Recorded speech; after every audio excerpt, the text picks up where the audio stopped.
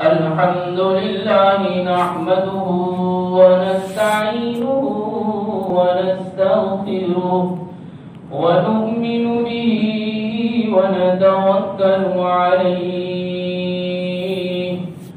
ونعوذ بالله من شرور أنفسنا ومن سيئات أعمالنا من يهده الله فلا مضل له ومن يضلله فلا هادي له ونشهد أن لا إله إلا الله وحده لا شريك له ونشهد أن سيدنا ومولانا محمدا عبده ورسوله صلى الله تعالى عليه وعلى آله وأصحابه أجمعين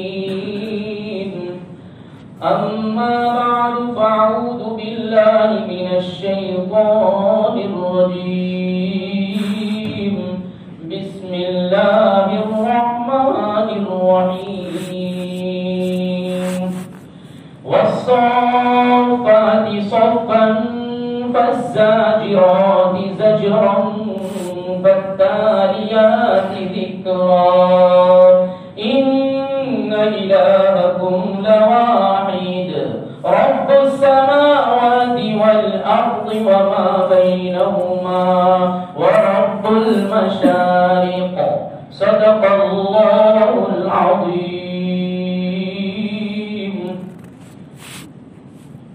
معزز سامعین کرام،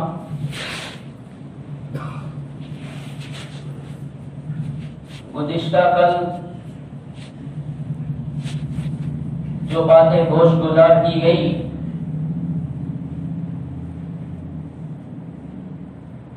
جن میں وجہ تسمیہ بیان کی گئی، خلاصہ مضامین بیان کیے گئے اور مقام نزول بیان ہوا، اس میں اس صورت میں 182 آیات ہیں، 5 رکوع ہیں اور 873 کلمات ہیں اور 3951 حروف استعمال ہوئے ہیں۔ اس صورت میں اللہ تبارک و تعالیٰ نے ابتدا قسموں سے کی ہے اور 3 قسمیں کھائی، اور وہ بھی نورانی مخلوق فرشتوں کی اللہ نے قسمیں کھائی۔ یہ 3 قسمیں کیوں کھائی گئی اس کی وجہ بھی بیان کر دی گئی۔ اب آج کی تفسیر میں یہ بات سنانا ہے کہ اللہ تبارک و تعالیٰ نے پہلی قسم کھائی قطار در قطار سب بنانے والے فرشتوں کی سب بندی کی قسم کھائی۔ مفسرین فرماتے ہیں کہ فرشتے، یہاں اللہ نے فرمایا فرشتے سب بنا کر کھڑے ہیں، اسی صورت میں آگے آخر میں اللہ فرشتوں کی زبان سے بلواتا ہے وَإِنَّا لَنَحْنُ الصَّافُّونَ، کہ ہم صف لگا کر سب بندی کے ساتھ کھڑے رہتے ہیں۔ اب سوال یہ ہے کہ سب بندی کب کی جاتی ہے، فرشتوں کی سب بندی کب کی جاتی ہے؟ تو بعض مفسرین جس میں حضرت عبداللہ ابن عباس رضی اللہ عنہما، حضرت حسن بصری رحمت اللہ علیہ اور حضرت قتادہ رحمت اللہ علیہ، یہ حضرات فرماتے ہیں فرشتے ہر وقت ہمیشہ فضا میں سب بندی لگائے رہتے ہیں اور اللہ کے حکم کے انتظار میں رہتے ہیں۔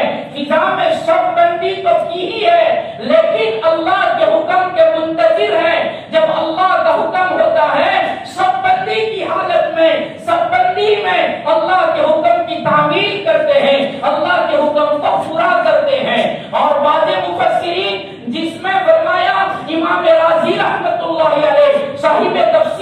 کثیر فرماتے ہیں کہ یہ فرشتوں کی صف بندی جب فرشتے اللہ کی عبادت میں اور اللہ کے ذکر میں جب لگتے ہیں تو صف بندی لگا کر اللہ کی عبادت کرتے ہیں اور صف بندی کے ساتھ اللہ کا ذکر کرتے ہیں، یعنی بالکل اللہ کی طرف ہمادن متوجہ ہو کر غفلت کے ساتھ نہیں اللہ کا ذکر کرتے ہیں۔ انسانوں کو، ایمان والوں کو ہدایت دی گئی کہ اللہ کا ذکر کیا جائے تو اللہ کے ساتھ بالکل ہمادن متوجہ ہو کر اللہ کا ذکر کیا جائے، غفلت کے ساتھ ذکر نہ کیا جائے۔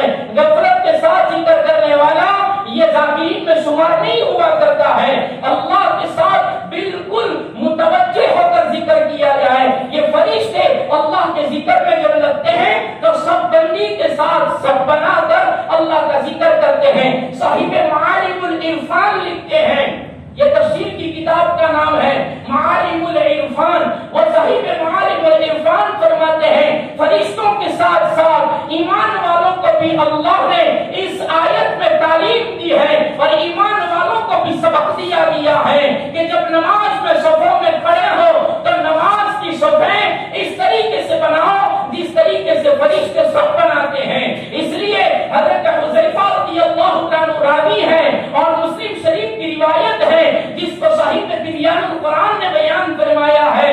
حضرت حذیفہ رضی اللہ عنہ بیان کرتے ہیں کہ رسول اللہ صلی اللہ علیہ وسلم نے فرمایا ہمیں دوسروں پر 3 وجوہ سے فضیلت عطا فرمائی گئی ہے۔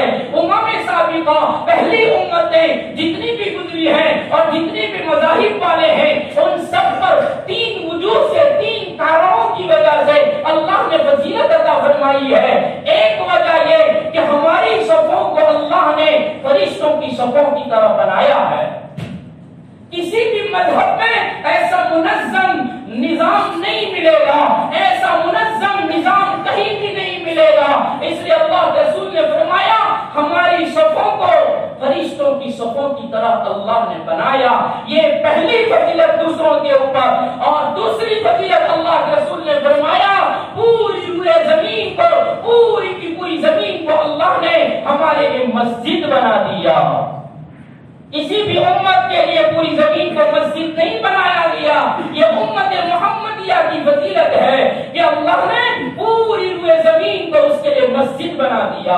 کھیت میں بھی نماز پڑھ سکتا ہے، چوراہے پر بھی پاک صاف جگہ ہے نماز پڑھ سکتا ہے، ریلوے اسٹیشن پر بھی پڑھ سکتا ہے، ریل میں بھی پڑھ سکتا ہے۔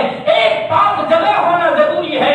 پوری روئے زمین کو اللہ نے ہمارے لیے مسجد بنایا ہے۔ اور تیسری فضیلت حضرت حذیفہ فرماتے ہیں کہ اللہ کے رسول نے فرمایا کہ تیسری فضیلت یہ ہے کہ پوری روئے زمین کی مٹی کو اللہ نے ہمارے لیے تیمم کا آلہ بنایا ہے کہ کسی بھی جگہ پانی نہیں مل رہا ہے اور پانی کی جو مقدار ہے اس مقدار تک پانی نظر نہیں آتا ہے، تیمم کر لو۔ بیمار ہے پانی کا استعمال نہیں کر سکتے، تیمم کر لو۔ ایسی بیماری ہے غسل نہیں کر سکتے، تیمم کر لو۔ تیمم کرنا تمہارا غسل ہو گیا، تیمم کا نائب بنا دیا گیا، غسل کا نائب بنا دیا تیمم کو۔ یہ ہماری فضیلت ہے 3 وجہوں کی اللہ تبارک و تعالی نے ہمیں عطا فرمائی ہے۔ اور حضرت نعمان بن بشیر رضی اللہ عنہ بیان کرتے ہیں کہ اللہ کے رسول صلی اللہ علیہ وسلم نے فرمایا اپنی صفوں کو درست کرو، نماز میں صفوں کو درست کرو۔ اس طرح نبی کریم صلی اللہ علیہ وسلم صفوں کو درست کرتے تھے۔ نعمان بن بشیر فرماتے ہیں کہ جیسے تیر کو سیدھا کیا جاتا ہے اس طریقے سے صفوں کو درست کرتے تھے۔ حضرت نعمان بن بشیر فرماتے ہیں ایک مرتبہ اللہ کے رسول صلی اللہ علیہ وسلم حجرہ مبارکہ سے نکلے، نماز پڑھانے کے لیے حجرہ عائشہ سے نکلے، اور تکبیر ہونے والی تھی، اقامت ہونے والی تھی۔ اللہ کے رسول نے صف میں ایک آدمی کے سینے کو باہر نکلا ہوا دیکھا۔ اللہ کے رسول صلی اللہ علیہ وسلم نے فرمایا اور مسلمانوں صفا کی تفسیر سنا رہا ہوں حدیث کے حوالے سے، اس لیے دھیان سے سنیں اور عمل کریں۔ سینہ باہر نکلا ہوا تھا صف میں، اللہ کے رسول نے فرمایا صفوں کو درست کرو۔ کیا فرمایا؟ صفوں کو درست کرو، مل مل کر کھڑے رہو۔ دے گا، اللہ تمہارے چہروں کو بدل دے گا، اللہ تمہارے چہروں کی اور تمہاری صورتوں کی شکلوں کو بدل دے گا۔ اس سے بڑی وعید کیا ہو سکتی ہے؟ اب ہم دیکھیں ہماری صف کا عالم کیا ہے، کسی کے ایڑی باہر ہے، کسی کا سینہ باہر ہے، کوئی اتنی جگہ چھوڑ کر کھڑا ہے، کوئی اتنا چوڑا کھڑا ہے، اور کوئی نہ جانے کا کیا انداز سے کھڑے رہتے ہیں۔ اللہ کے بندو، اللہ کا قرآن کہتا ہے، تفسیر سننے والوں، اللہ کہتا ہے، محمد رسول اللہ صلی اللہ علیہ وسلم کہہ رہے ہیں، فرما رہے ہیں۔ حضرت انس رضی اللہ عنہ فرماتے ہیں کہ اللہ کے رسول صلی اللہ علیہ وسلم اقامت کہہ دی چکی ہے، تکبیر ہو چکی ہے، اللہ کے رسول صلی اللہ علیہ وسلم نماز پڑھانے آ گئے ہیں، اللہ کے رسول صلی اللہ علیہ وسلم نے صفوں کو ٹیڑھا دیکھا، اقامت ہو چکی ہے۔ ہاں ہمارا اشکال ہے، اس اقامت کے بعد امام صاحب دیر لگاتے سب کو سیدھا کرتے ہیں۔ نبی نے کیا ہے، میرے اللہ کے رسول نے کیا ہے، میرے آپ کے آقا نے کیا ہے۔ حضرت انس فرماتے ہیں تکبیر ہو چکی ہے، اللہ کے رسول صلی اللہ علیہ وسلم نے صفوں کو دیکھا، صفوں کے ٹیڑھے پن کو دیکھا، پھر اللہ کے رسول نے فرمایا صفوں کو سیدھی کرو، صفوں کو درست کرو، مل مل کر کھڑے رہو، میں تمہیں اپنے پیچھے سے بھی دیکھتا ہوں۔ حضرت ابو ہریرہ رضی اللہ عنہ فرماتے ہیں کہ صفوں کو درست کرنا نماز کا حسن ہے، اور ہر چیز میں حسن مطلوب ہے، ہر چیز میں حسن مانگا جاتا ہے، اچھی سے اچھی چیز مانگی جاتی ہے۔ اللہ کے یہاں نماز کی مقبولیت، نماز کا حسن صفوں کا سیدھا ہونا ہے۔ صاحب معارف القرآن حضرت مفتی شفیع صاحب رحمت اللہ علیہ حوالے سے فرماتے ہیں، راوی ہے حضرت ابو مسعود بدری رضی اللہ عنہ، حضرت ابو مسعود بدری رضی اللہ عنہ فرماتے ہیں اللہ کے رسول صلی اللہ علیہ وسلم ہماری صفیں بننے کے بعد ہمارے کندھوں پر ہاتھ رکھتے اور کندھوں پر ہاتھ رکھ کر فرماتے صفوں کو درست کرو، بیچ میں جگہ نہ چھوڑو، ورنہ اللہ دلوں میں اختلاف پیدا کر دے گا۔ ساری روایتیں حوالوں کے ساتھ سنا دی، اور حضرت شفیع صاحب تو فرماتے ہیں صفوں کے درست کرنے کے بارے میں اللہ کے رسول صلی اللہ علیہ وسلم کے اتنے ارشادات ہیں، اتنی احادیث ہیں کہ پورا ایک رسالہ تیار ہو جائے، پوری ایک کتاب اور بک بن جائے، اتنے اللہ کے رسول صلی اللہ علیہ وسلم نے صفوں کے درست کرنے کے بارے میں ارشادات فرمائے ہیں۔ اب میں آپ سوچ لیں سورہ صافات سننے کے بعد بھی اگر میری صفیں درست نہیں ہوتی، میں صفوں میں سکر کر کھڑا نہیں رہ سکتا، میں سب میں آزادی چاہتا ہوں، میں سب میں برابر کھل کر نماز پڑھنا چاہتا ہوں، وہ سوچ لیں کہ میری نماز مجھے کہاں پہنچائے گی۔ والصافات صفا، قسم ہے ان فرشتوں کی جو صف باندھ کر کھڑے رہتے ہیں، قسم ہے ان ایمان والوں کی جو صفوں میں برابر کھڑے رہتے ہیں۔ یہ ایمان والوں کو بھی کہا گیا ہے، یہ اللہ تبارک و تعالی نے پہلی قسم کھائی۔ اس لیے حضرت مفتی شفیع صاحب رحمت اللہ علیہ فرماتے ہیں اس آیت سے معلوم ہوا کہ ہر کام کو نظم و ضبط کے ساتھ، ترتیب اور سلیقے کے ساتھ کرنا دین اسلام کا مندوب عمل ہے، دین اسلام کو مطلوب ہے اور اللہ کو پسند ہے کہ ہر کام کو نظم و ضبط کے ساتھ کیا جائے، ترتیب کے ساتھ کیا جائے، کہ ترتیب کے ساتھ کیے جانے والے عمل کو اللہ خوب قبول فرماتا ہے۔ اس لیے فرشتوں کی جو اوصاف بیان اللہ نے اس میں فرمائے، اس میں سب سے پہلا وصف اللہ نے یہ بیان فرمایا کہ وہ صفوں میں درست کھڑے رہتے ہیں اور قطار لگا کر درستگی کے ساتھ کھڑے رہتے ہیں۔ اس لیے اللہ نے ان کے اس وصف کو پسند فرمایا اور ان کی اس ادا کو مقبول فرمایا۔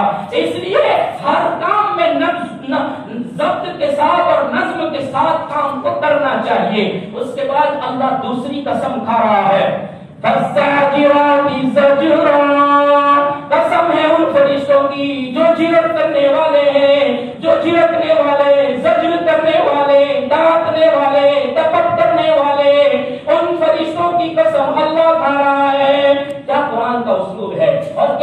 صفات اللہ بیان کر رہا ہے.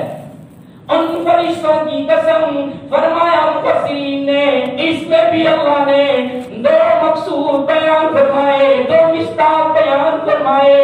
ایک مصداق تو یہ ہے کہ فرشتے شیاطین کو جھڑکتے ہیں, شیاطین کو زجر کرتے ہیں, شیاطین کو بھگاتے ہیں, جبکہ وہ نیچے سے اوپر جانے کی کوشش کرتے ہیں کہ عالم بالا میں جا کر, اوپر والے عالم میں جا کر وہاں کی باتیں سن کر نیچے آ کر داہینوں کو بتا دیں اور جوتیشیوں کو بتا دیں کہ وہ کہانت کریں, جوتیشی کریں کہ وہ اوپر سے خبر لائے. شیاطین وہاں کی باتیں سنی, یہاں لائے, انہوں نے اس میں ہزاروں باتیں ملا دی. اتنا کہا, اتنا کر کے انہوں نے کہانتیں شروع کر دی. اس لیے فرمایا فرشتے زجر کرتے ہیں شیاطین پر. اور دوسرا مصداق یہ بیان فرمایا فرشتے زجر کرتے ہیں بادلوں کو. ترمذی شریف کی روایت ہے, فرمایا فرشتے کوڑے کے ذریعے سے بادلوں کو مارتے ہیں اور ان بادلوں کو کوڑے سے مار کر ہکا کر لے جاتے ہیں جہاں بارش برسانا مقصود ہوتا ہے. وہ گرجتے ہیں نا بادل, آوازیں آتی ہیں. مفسرین نے فرمایا فرشتے, ترمذی شریف کی روایت, فرشتے کوڑوں کے ذریعے سے بادلوں کو مارتے ہیں اور کوڑے سے مار مار کر ہٹا کر لے جاتے ہیں. چلو جس جگہ پر اللہ بارش برسانا چاہتا ہے اس جگہ پر فرشتے کوڑوں سے مار مار کر بادلوں کو لے جاتے ہیں اور پھر وہ بادل وہاں جا کر برستے ہیں. تو فزاجرات ذکرا سے یہ مراد ہے, فزاجرات زجرا سے یہ مراد ہے کہ فرشتے شیاطین کو جھڑکتے ہیں اور جذب کرتے ہیں. اور ایک بات یہ بھی فرمائی گئی ہے کہ مجرموں کو گناہوں سے بچانے کے لیے, گناہوں سے روکنے کے لیے ان کو ڈانٹا جائے. اور صاحب مظہری مولانا ثناء اللہ پانی پتی رحمت اللہ علیہ فرماتے ہیں کہ وائزین کو چاہیے, منبر پر بیٹھ کر سنانے والوں کو چاہیے, تقریر کرنے والوں کو چاہیے کہ اگر گناہ کے کام ہو رہے ہیں تو اپنے بیانات میں, اپنی موعظت میں, اپنے مواعظ میں اور اپنی تقریروں میں امت کو جھڑکیں, امت کو ڈانٹیں اور امت کو بتائیں کہ ان گناہوں سے باز آ جاؤ جن گناہوں میں مبتلا ہو. فزاجرات زجرا میں یہ مفسرین نے لکھا ہے کہ گنہگاروں کو, ان کو گناہ سے بچانے کے لیے ان کو ڈانٹو, اگرچہ ان کو برا لگے, اگرچہ ان کو ناگوار ہو, اگرچہ ان کو دل شکنی ہو اور سمجھیں کہ ہم کو کہتے ہیں, نہیں کہو, اس لیے کہ یہ حکم ہے فزاجرات زجرا. ان کو جھڑکو, ان کو ڈانٹ ڈپٹ کرو.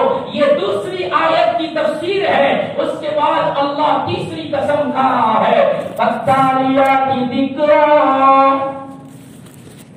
قسم ہے ان فرشتوں کی جو ذکر کرنے والے ہیں, جو تلاوت کرنے والے ہیں. اللہ نے ان کی قسم کھائی. مفسرین فرماتے ہیں فرشتوں کے بارے میں اللہ نے تیسری قسم اٹھا کر فرمایا وہ ذکر کرنے والے, تلاوت کرنے والے. تو فرشتے کس چیز کی تلاوت کرتے ہیں؟ فرمایا اللہ کا جو حکم ہوتا ہے اس حکم کو سنتے ہیں اور اس حکم کو سن کر اس کی بجاوری کرتے ہیں. اللہ کے حکم کی تلاوت کرتے ہیں, اللہ کے حکم کو یاد رکھتے ہیں. فالتالیات ذکرا, یہ مفسرین نے فرمایا. اور دوسری تفسیر فرماتے ہوئے فرمایا فالتالیات ذکرا سے مراد وہ ایمان والے ہیں جو اللہ کا ذکر کثرت سے کیا کرتے ہیں, اللہ کے ذکر میں مصروف رہتے ہیں. اور پھر دلیل میں بیان فرمایا, قرآن کہتا ہے وَاذْكُرُوا اللَّهَ كَثِيرًا لَعَلَّكُمْ تُفْلِحُونَ. اللہ کا ذکر کثرت سے کیا کرو تاکہ کامیاب ہو جاؤ.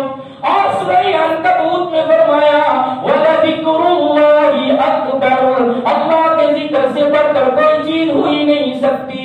اللہ کا ذکر سب سے بڑھ کر ہے, یہ قرآن نے کہا ہے. اور حدیث قدسی میں کیا فرمایا, جس کو بخاری شریف میں درج کیا گیا, اللہ تبارک و تعالیٰ فرماتے ہیں, جس کو حدیث قدسی کہتے ہیں, اللہ فرماتے ہیں جب میرا بندہ میرا ذکر کرتا ہے اور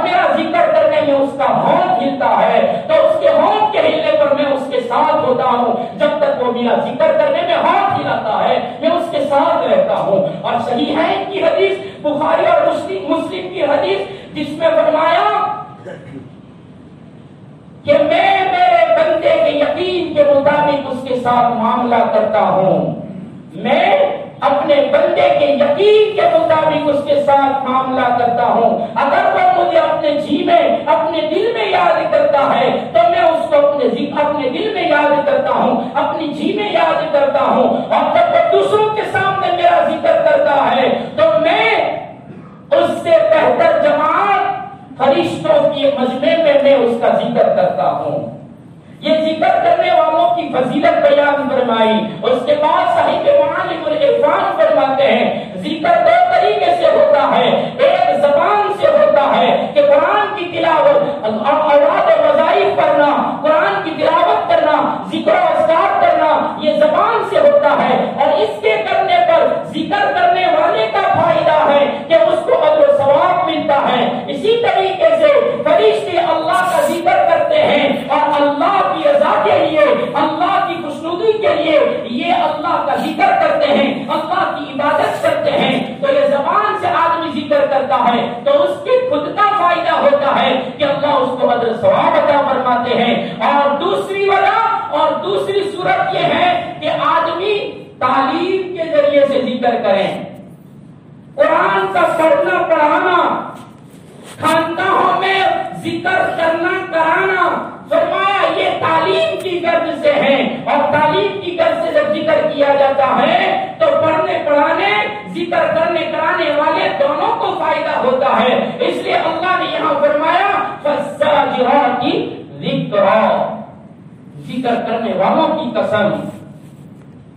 اس کے بعد اللہ تبارک و تعالیٰ اپنی توحید بیان کرتا ہے 6 آیتوں میں. اس سے پہلے جو سوالات ذہن میں پیدا ہوتے ہیں کہ اللہ تبارک و تعالیٰ نے قسمیں کیوں کھائی, اللہ کو قسمیں کھانے کی کیا ضرورت تھی, سوال پیدا ہوتے ہیں کہ اللہ تبارک و تعالیٰ نے کہیں اپنی ذات کی قسم کھائی, کہیں اللہ نے مخلوقات میں سے خاص خاص اشیاء کی قسم کھائی. تو اللہ کو یہ قسمیں کھانے کی کیا ضرورت تھی. اس میں پہلا سوال یہ پیدا ہوتا ہے اللہ تو اغنی الاغنیاء ہے, سارے بے نیازوں سے بے نیاز, سارے غنیوں سے غنی ہے. اس کو کسی کو یقین دلانے کے لیے قسم کھانے کی کیا ضرورت تھی کہ کوئی یقین کرے. قسم کیوں کھائی جاتی ہے؟ یقین دلانے کے لیے. کوئی بات نہیں مان رہا ہے تو قسم کھائی جاتی ہے, واللہ اللہ کی قسم. تو یقین دلانے کے لیے کہ میں بات میں سچا ہوں, میں اللہ کی قسم کھاتا ہوں, اللہ کو گواہ بناتا ہوں. اگر پھر بھی وہ نہیں مانتا ہے اور پھر بھی وہ سامنے والا کہتا ہے میری سمجھ میں نہیں آتا, تو سمجھو کہ یہ قسم کی مذاق کر رہا ہے. اگر قسم کھانے والا جھوٹی قسم کھا رہا ہے تو اس جھوٹی قسم کھانے کا گناہ اور وبال اس پر ہوگا. لیکن تجھ کو قسم کھا کر اس نے کہا تو بات کو مان لے, اگر وہ جھوٹ بولتا ہوگا تو اس کی وبال اس پر ہوگی. تو اللہ کو قسم کھانے کی کیا ضرورت تھی؟ تو اس کا جواب ابو القاسم قشیری رحمت اللہ علیہ نے اس انداز سے دیا ہے جس کو صاحب معارف القرآن نے لکھا ہے کہ ابو القاسم قشیری رحمت اللہ علیہ فرماتے ہیں اللہ کو قسم کھانے کی ضرورت نہیں تھی, اللہ تو اغنی الاغنیاء ہے, اس کو ضرورت نہیں ہے. لیکن اس کی ذات اور اس کی صفت شفقت اور رحمت اس بات کا تقاضا کر رہی ہے, اس بات کی دائی ہے کہ اللہ قسم کھائے تاکہ لوگ حق پر آ جائیں اور سزا سے بچ جائیں. کہ مکہ والے مان نہیں رہے ہیں, مکہ والے ظلم و ستم کر رہے ہیں اور اپنی حد پر اپنی ضد پر تنے ہوئے ہیں اور اپنی حق دھرمی پر قائم ہے, نہیں مانتے ہیں. تو اللہ کی صفت شفقت اور رحمت اس بات کی مقتضا ہوئی اور مقتضی ہوئی اور تقاضا ہوا کہ ان کو قسم کھا کر بتائیں کہ تمہیں ان فرشتوں کی قسم جو اللہ کی عبادت میں قطار لگا کر کھڑے ہیں, سب بندی کے ساتھ کھڑے ہیں, بات کو مان جاؤ, حق کو مان جاؤ, حق کی اطاعت کر لو تاکہ سزا سے بچ جاؤ, عذاب سے بچ جاؤ. اس بات کا یقین اللہ کو قسم کھانی پڑی. جیسا کہ ایک اعرابی نے جب سنا وَفِي السَّمَاءِ رِزْقُكُمْ وَمَا تُوعَدُونَ یہ قرآن سنی تو وہ اعرابی وہ دانیہ ایک دم دیش میں آ گیا. اور وہاں کون ہے جس نے اتنی عظیم الشان ذات اللہ جل جلالہ جیسی ہستی کو قسم کھانے پر مجبور کیا؟ کون ہے کہ جس نے اللہ کو ناراض کر دیا، جس پر اللہ کو قسم کھانا پڑا، اللہ کو قسم کھانے پر مجبور کر دیا؟ وہ بھی سما قسم آسمان کی. تو ایسا کون ہے جو اللہ کی بات کو نہیں مانتا، اللہ کے حکم کو تسلیم نہیں کرتا، جس کی وجہ سے اللہ کو قسم کھانی پڑی؟ 21ویں صدی کے مسلمانوں کے لیے، میرے لیے، آپ کے لیے بھی اللہ قسم کھا کر کہتا ہے تمہیں سب بندی کرنے والے فرشتوں کی قسم مسجدوں میں سب باندھنا سیکھ جاؤ. اللہ قسم کھا کر کہتا ہے اس کو قسم کھانے کی ضرورت نہیں تھی، لیکن اس کی شفقتوں نے، اس کی رحمتوں نے تقاضا کیا.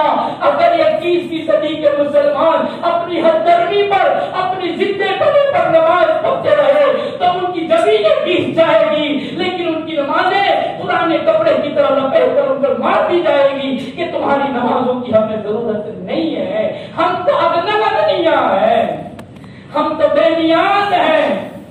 اس لیے اس کی شفقت اور رحمت کا تقاضا یہ ہے کہ قسم کھائیں تاکہ لوگ مان جائیں.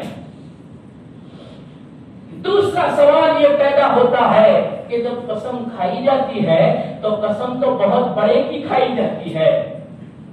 اللہ نے اپنی مخلوق کی قسم کھائی، اور مخلوق جو ہر اعتبار سے کمتر ہوتی ہے، ہر اعتبار سے کمزور ہوتی ہے، ہر اعتبار سے چھوٹی ہوتی ہے، پھر اللہ کو مخلوق کی قسم کھانے کی کیا ضرورت تھی؟ اس سے بڑا تو کوئی ہے ہی نہیں، تو پھر اللہ نے کیوں قسم کھائی مخلوق کی؟ اس کا جواب اس انداز سے دیا گیا ہے کہ بے شک اللہ سے بڑی ہستی نہ کوئی ہے نہ کوئی ہو سکتی ہے. اس لیے اللہ کی قسم کھانا مخلوق کی قسم کھانے کی طرح نہیں ہوا کرتا. اللہ کا قسم کھانا مخلوق کی قسم کھانے کی طرح نہیں ہوا کرتا. اللہ نے کتنی جگہ پر اپنی ذات کی قسم کھائی؟ قرآن میں 7 جگہ ایسی ہے جہاں اللہ نے اپنی ذات کی قسم کھائی. اور کہیں اللہ نے جیسے ایو ربی یہ اللہ نے اپنی ذات کی قسم کھائی ہے. اسی طریقے سے اللہ نے قرآن میں کتنی جگہوں پر اپنے افعال، اپنی صفات اور قرآن کریم کی قسم کھائی ہے. جیسے کہ والسماء وما بناها والارض وما طحاها ونفس وما سواها. اللہ نے اپنے افعال کی، اپنی صفات کی، اپنے کلام کی اللہ نے قرآن میں کتنی جگہوں پر قسم کھائی ہے، اور کتنی جگہ کے اوپر اللہ نے اپنی مخلوق کی قسم کھائی ہے. اور اپنی مخلوق کی جو قسم کھائی ہے، جن میں سے بعض مخلوق ایسی ہے جس میں اللہ تبارک و تعالیٰ قسم کھا کر اس مخلوق کی، اس چیز کی عظمت اور رفعت اور اس کی فضیلت بچانا مقصود ہے. اللہ چاہتا ہے کہ اس کی عظمت کو سمجھو، اس کی رفعت کو سمجھو، اس کی بلندی کو سمجھو، اس کی فضیلت کو سمجھو. اس لیے اللہ نے قرآن میں اپنے حبیب صلی اللہ علیہ وسلم کی عمر کی قسم کھائی. لعمرک انہم لفی سکرتہم یعمہون. اللہ نے قرآن میں اپنے نبی کی، اپنے حبیب کی عمر کی قسم کھائی، زندگی کی قسم کھائی. حضرت عبداللہ ابن مردوی یا حضرت عبداللہ ابن عباس کے حوالے سے لکھتے ہیں کہ اللہ نے کسی مخلوق کی، کسی چیز کی اور کسی نبی کو بھی وہ تکریم نہیں عطا فرمائی، وہ مکرم نہیں بنایا، وہ معزز نہیں بنایا جو نبی کو بنایا. کہ پورے قرآن کو اٹھا کر دیکھ لو، اللہ نے کسی نبی کی ذات کی قسم نہیں کھائی، اپنے حبیب کی عمر کی قسم کھائی. اس لیے کہ بتانا مقصود ہے کہ نبی کی عظمت کتنی ہے، اللہ کے نبی کی فضیلت کتنی ہے. اس لیے اللہ نے عمر کی قسم کھائی. لعمرک انہم لفی سکرتہم یعمہون. اور اسی طریقے سے اللہ نے ایک جگہ پر فرمایا والطور وکتاب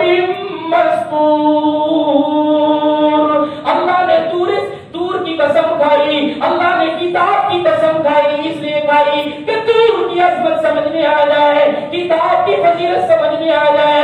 اس لیے اللہ نے عظمت و فضیلت کے طور پر دور کی بھی قسم کھائی، کتاب کی بھی قسم کھائی ہے۔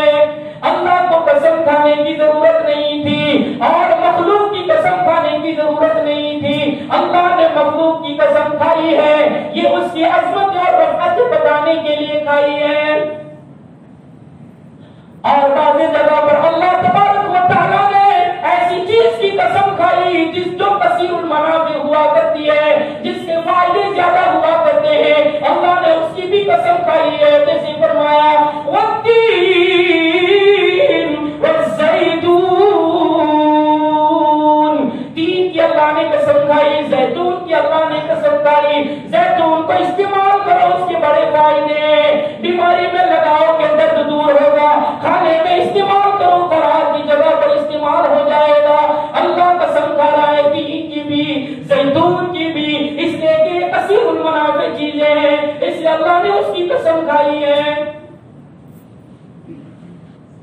فرشتے اگرچہ اللہ کی مخلوق ہے، لیکن مخلوق کی عظمت بیان کرنے کے لیے کہ تمہارا جو عقیدہ ہے کہ فرشتے اللہ کی بیٹیاں ہیں، اس کی تردید کرنے کے لیے تو اہل مکہ فرشتے اللہ کی بیٹیاں نہیں ہیں، اس میں باپ بیٹی کا رشتہ نہیں ہے، اس کی رفعت کو، اس کی عظمت کو سمجھو، ہم نے اس کو نورانی بنایا ہے، اس میں اور ہم میں آقا اور بندے کا تعلق ہے، اس لیے اللہ نے قسم کھائی ہے فرشتوں کی۔ تیسرا سوال یہ پیدا ہوتا ہے کہ اللہ نے جو قسم کھائی ہے، شریعت کا حکم تو ہے کہ اللہ کے سوا کسی کی قسم نہ کھائی جائے، اللہ کے سوا کسی کی قسم نہ کھائی جائے۔ اللہ نے مخلوق کی قسم کھائی تو اس سے تو یہ دلیل پیدا ہوتی ہے کہ غیر اللہ کی قسم کھانا جائز ہے۔ جب اللہ کھا رہا ہے مخلوق کی قسم، غیر اللہ کی قسم، تو بندوں کے لیے غیر اللہ کی قسم کھانا جائز ہوگا۔ اس کے جواب میں حسن بصری رحمت اللہ علیہ فرماتے ہیں اللہ خالق ہے، خالق کو اختیار ہے کہ اپنی مخلوق کی قسم کھائیں، ہم مخلوق ہیں، مخلوق کو اختیار نہیں کہ خالق کے سوا کسی کی قسم کھائیں۔ کیا عجیب جواب دیا، خالق ہے، اس کو اختیار ہے کہ اپنی مخلوق کی قسم کھائیں، لیکن مخلوق کو اختیار نہیں ہے کہ خالق کے علاوہ کسی اور کی قسم کھائیں۔ اپنے آپ کو اللہ کے اوپر قیاس کرنا باطل اور جھوٹ ہے، اس لیے اپنے آپ کو اللہ پر قیاس نہیں کر سکتے، اس لیے اللہ نے جو فرشتوں کی قسم کھائی ہے اس کے خالق بنے کی حیثیت سے کھائی ہے۔ مجھے آپ کو اجازت نہیں ہے کہ اللہ کے سوا کسی اور کی قسم کھائیں۔ یہ قسمیں اللہ نے کیوں کھائی اس کی وجہ بیان کر دی، سوالات کے جوابات دے دیے، اس کے بعد اللہ تبارک و تعالیٰ اپنی توحید بیان کرتا ہے، جو پہلا عقیدہ ہے جس عقیدے میں اور آپ بھی گھسے ہیں۔ ہاں ہم سمجھتے ہیں ہمارا توحید عقیدہ بہت بہت مضبوط ہے، توحید کتنا سنیں گے، اتنا سنو کہ موت آ جائے۔ ہاں عقیدے توحید میں ہم بہت کمزور ہیں، نماز پڑھ لینا، روزہ رکھ لینا، حج کر لینا، زکات دے دینا، یہ توحید نہیں ہے۔ ہاں یہ اسلام کی بنیادیں ہیں، پہلا نمبر توحید ہے، توحید کو مضبوط کرنا۔ اللہ ہر صورت میں توحید کو بیان کرتا ہے اور کن نرالے انداز سے بیان فرماتا ہے۔ یہاں فرمایا ان الہکم لواحد، بے شک تمہارا معبود ایک ہے۔ کتنا عجیب انداز، ان الہکم لواحد، احد نہیں فرمایا، لواحد فرمایا۔ اللہ تمہارا ایک ہی ہے، معبود تمہارا ایک ہی ہے، قابل مسجود ایک ہی ہے اور قابل معبود ایک ہی ہے، اللہ کے سوا کوئی معبود نہیں۔ ان الہکم لواحد، جتنے بھی نیک انسان ہیں، نیک جنات ہیں، نیک فرشتے ہیں، وہ اللہ ہی کی عبادت کرتے ہیں، اللہ کے سوا کسی کی عبادت نہیں کرتے۔ غیر اللہ کی عبادت کرنا، انسان کی عبادت کرنا، جنات کی عبادت کرنا، پتھر کی عبادت کرنا، فرشتے کی عبادت کرنا، درختوں کی عبادت کرنا، ان چیزوں کو معبود بنانا، صاحب معالم العرفان فرماتے ہیں یہ ساروں کو معبود بنا لینا یہ تو بڑی بے وقوفی کی بات ہے۔ اللہ نے عقل سلیم دی ہے، عقل سلیم کا تقاضا یہ ہے، عقل سلیم یہ کہتی ہے اللہ نے تجھے سمجھ بوجھ عطا فرمائی، اللہ نے سمجھنے کی صلاحیت عطا فرمائی، اللہ نے تجھے دور و دراز کی سوچنے کی استطاعت عطا فرمائی، تو اس کا تقاضا یہ ہے کہ تو اللہ کی قدرت کو دیکھ کر، اللہ کی کاریگری کو دیکھ کر، اللہ کی قدرت کو دیکھ کر، اللہ کی خزانوں کو دیکھ کر اللہ کی وحدانیت کا اقرار کر لیتا۔ ان الہکم لواحد، اللہ تمہارا ایک ہی ہے۔ ارے انسان کو معبود بنا لینا اور فرشتے کو معبود بنا لینا، سیاروں کو معبود بنا لینا، یہ تو انسان کی بے وقوفی کی دلیل ہے۔ کعب قرظی فرماتے ہیں کہ اللہ کا کلام وَلَا تَذَرُنَّ وَدًّا وَلَا سُوَاعًا وَلَا يَغُوثَ وَيَعُوقَ وَنَسْرًا، 29ویں پارے میں اللہ نے ذکر فرمایا۔ کعب قرظی فرماتے ہیں اس آیت میں اللہ نے 5 معبودوں کا ذکر فرمایا جنہوں نے اپنے اللہ کے 5 مقبول بندوں کو معبود بنا لیا تھا۔ ایک تھا وقت تھا، ایک سوا تھا، ایک یغوث تھا، ایک یعوق تھا اور ایک نصر تھا۔ 5 تھے، وہ اللہ کے برگزیدہ بندے تھے، اللہ کے موحدین تھے، اللہ کو ایک ماننے والے، وہ عبادت کرتے تھے، اپنی قوم کو، اپنے لوگوں کو عبادت کرنے کا طریقہ سکھایا تھا، اور وہ حضرت آدم کے بعد اور نوح سے پہلے یہ 5 تھے۔ حضرت آدم علیہ السلام کے بعد آئے اور حضرت نوح علیہ السلام کے پہلے آئے، یا بیچ میں یہ 5 عبادت کرتے تھے، لوگوں کو عبادت کا طریقہ سکھایا کہ ان الہکم لواحد، اللہ ایک ہے، لوگوں کو توحید سکھائی، موحد بنایا، اور 5 کا انتقال ہو گیا، اس لیے کہ ہر آنے والا جانے کے لیے آیا ہے، موت تو ہر ایک کو آنی ہے، تو یہ 5 بھی مر گئے۔ مرنے کے بعد اس لیے فرمایا دین کو سیکھو تاکہ آنے والی نسلوں تک دین باقی رہے۔ قرآن کو سیکھو اور قرآن سیکھنے کا شوق پیدا کرو۔ معاف کیجیے گا، ذمہ داری کے ساتھ بتاتا ہوں، قرآن کی نسبت سے بتاتا ہوں، ہم نے آج دنیا میں اور عصری تعلیم کو اس لیے مقدم رکھا ہے کہ اس کی تنخواہیں زیادہ ہیں، ان کے معاوضے زیادہ ہیں، اور عالم بننے کے بعد، دین کا سپہ سالار بننے کے بعد، قرآن کا حافظ بننے کے بعد، قرآن کا حامل بننے کے بعد دنیا والے کیا دیں گے؟ چند ٹھیکروں کے خاطر، چند گاڑیوں کے خاطر وہ اپنی عزت کو نیلام کرے گا، ڈر جائے گا، لوگوں سے ہاتھ پھیلائے گا، اس ڈر سے کہ کھائے گا کیا، کمائے گا کیا، اس ڈر سے ہم نے قرآن سے اپنے بچوں کو محروم کر دیا۔ جن اداروں میں بھروچ ضلع کے بچے کی برباد ہوتی تھی، میرا اپنا گاؤں جہاں 100 کی تعداد میں ایک ساتھ پڑھنے جاتے تھے، آج ان گاؤں میں، ان بستیوں میں بھی ایک مشکل سے ملتا ہے۔ کیوں ایسا ہوا؟ یاد رکھو، اگر ایسا ہی رہا تو ہو سکتا ہے یعوق ان کی طرح، یہ 5 کی طرح ان کے مرنے کے بعد کیا منظر ہوا، ان موحدین کے جانے کے بعد ان کے ساتھ کیا برتاؤ کیا گیا، ان کے ایمان کے کیسے دیوارے نکلے، ان کی توحید کے کیا ہوئے، وہ آگے بتایا۔ کعب قرظی پر قرظی فرماتے ہیں ان 5 کے انتقال ہونے کے بعد وہ ان کی طرح عبادت کرتے تھے جو ان کو سکھایا تھا۔ شیطان آیا اور شیطان نے آ کر کہا، ارے وہ 5 مر گئے ہیں جنہوں نے تمہیں عبادت کرنا سکھایا ہے، ایک یہ کرو کہ ان کے فوٹو بناؤ، ان کی تصویریں بناؤ اور تصویریں بنا کر رکھ دو اور پھر عبادت کرو۔ ہو سکتا ہے ان کی تصویروں کو دیکھ کر تمہیں نشاط پیدا ہو، تمہیں چستی پیدا ہو، تمہاری عبادت میں جان لگے، تمہارا عبادت میں دل لگے اور دل جمعی کے ساتھ عبادت کر سکو۔ اس لیے تم ان 5 کی تصویریں بنا کر عبادت کرو اور خوب عبادت کرو۔ انہوں نے تصویریں بنا لی، میں آپ کو تفسیر سنا رہا ہوں، انہوں نے تصویریں بنائی، عبادت کرتے رہے۔ ان کے بعد کی نسل آئی جن کو صحیح بتانے والا نہیں ملا، لوگ کہتے بہت بیانات، بہت بیانات، بہت بیانات۔ ارے بیانات ہو رہے ہیں، اللہ کا فضل مانو کہ اللہ کی باتیں، نبی کی باتیں ہمارے کانوں تک پڑتی ہے۔ عمل کرنا نہ کرنا وہ تو سننے والے کی اختیار میں ہے، اس کو جنت بنانا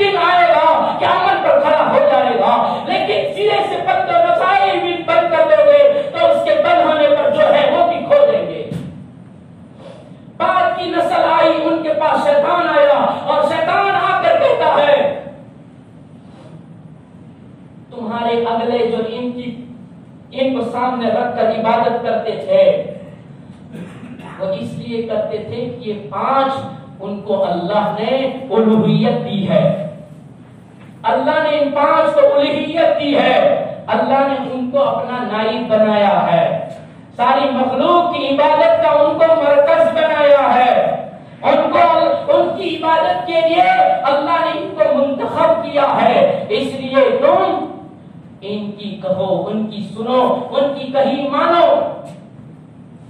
جس طریقے سے ایک بادشاہ اپنے غلام سے شیطان سمجھا رہا ہے، ایک بادشاہ اپنے غلام کی خدمت سے خوش ہوتا ہے تو خوش ہو کر وہ اپنے کسی شہر کا، اپنی حکومت کے کسی شہر کا اس کو ناظم بنا دیتا ہے، گورنر بنا دیتا ہے، اور جس شہر میں اس کو گورنر بنایا ہے، ناظم بنایا ہے، وہاں کے لوگ اس کی بات کو سنتے ہیں، اس لیے کہ اس شہر کا وہ بادشاہ ہوتا ہے اور وہ شہر والے اس کی رعایا ہوتے ہیں، اور رعایا کو بس بادشاہ کی بات ماننی پڑتی ہے، سننی پڑتی ہے، اس لیے وہاں کے لوگ اس کی بات کو سنتے بھی ہیں، مانتے بھی ہیں۔ یہ 5 اللہ نے ان کو الوہیت دی ہے، تمہاری عبادتیں اللہ تک نہیں پہنچ سکتی، اس لیے کہ اللہ بہت بلند و بالا ہے، اس نے ان 5 کو بیچ میں واسطہ بنایا ہے۔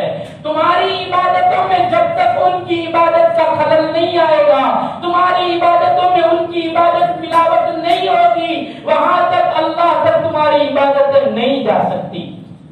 یہ شیطان کا چکر ہے، ہمیں بھی شیطان ہی چکر سکھاتا ہے، یہ سب بند کراؤ، کیا ہر جمعہ کو بیان، کیا ہر جمعہ کو بیان، اور 2 منٹ زیادہ ہو جائے تو موسیٰ بیانی موت ہے، کیوں جو؟ ہاں یہ شیطان کا چکر ہے۔ تو انہوں ان کو بتایا اس طریقے سے اپنی عبادت میں ان کی عبادت کو خلل دو، اس لیے کہ تمہاری عبادتیں ان تک جائیں اور وہ تمہاری عبادتیں وہاں تک پہنچائیں، وہ بیچ میں واسطہ بنے۔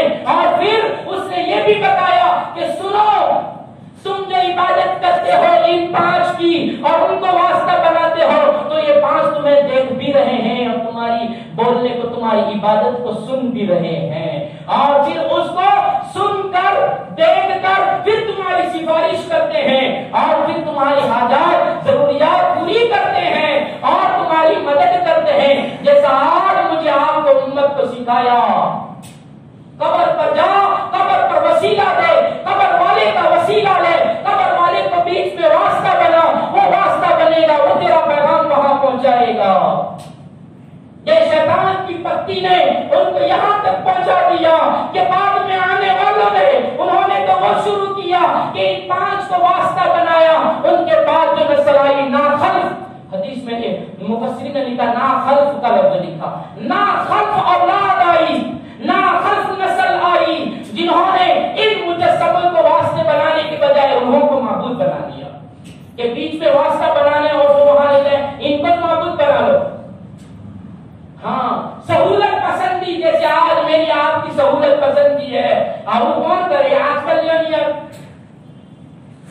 20 رکعت پڑھوانی، اینا کرتا 5 سپاہ کرتا سپاہ پڑھنے آتے ہیں، پورو کرتے ہیں، بڑی چھٹی 10 دن میں پورا کر دو قرآن، پھر ہمیں چھٹی مل جائے۔ سہولت پسندی آ گئی ہر چیز میں، یہاں بھی انہوں نے سہولت پسندی اختیار کی، اور کہا کہ بیچ میں واسطہ کون بنائے؟ کعب کرسی لکھتے ہیں، فرماتے ہیں کہ انہوں نے آنے والی ناخلف نسل نے کہا ہم ان 5 ہی کو اپنا معبود بنا لیتے ہیں، ان 5 اللہ کے بندوں کے مجسموں کو انہوں نے اپنا معبود بنا لیا۔ شیطان اپنی چال میں کامیاب ہو گیا۔ اللہ یہی کہتا ہے ان الہکم لواحد، اللہ ایک ہے، 5 سے تمہارے کام نہیں بن سکتے ہیں۔ 5 مجسموں کی عبادت کرنے سے دنیا بھی بگڑے گی، آخرت بھی بگڑے گی۔ انہوں نے، شیطان نے یہ چکر چلا کر ان کو گمراہ کر دیا، اور آنے والی نسلیں معبودان باطلہ کی پرستش میں لگ گئی، جس کے نتیجے میں پھر صفت شفقت و رحمت نے ان پر ترس کھایا کہ یہ انسانیت پتھروں کی، ان مجسموں کی، ان فوٹو اور مورتیوں کی عبادت کر کے اپنی آخرت بگاڑ رہی ہے۔ اس لیے اللہ نے پھر حضرت نوح کو پیدا فرمایا تاکہ ان کو راہ پر لائیں، ان کو ہدایت پر لائیں۔ یہ شیطان کا چکر تھا، اللہ توحید سکھا رہا ہے۔ ان الہکم لواحد،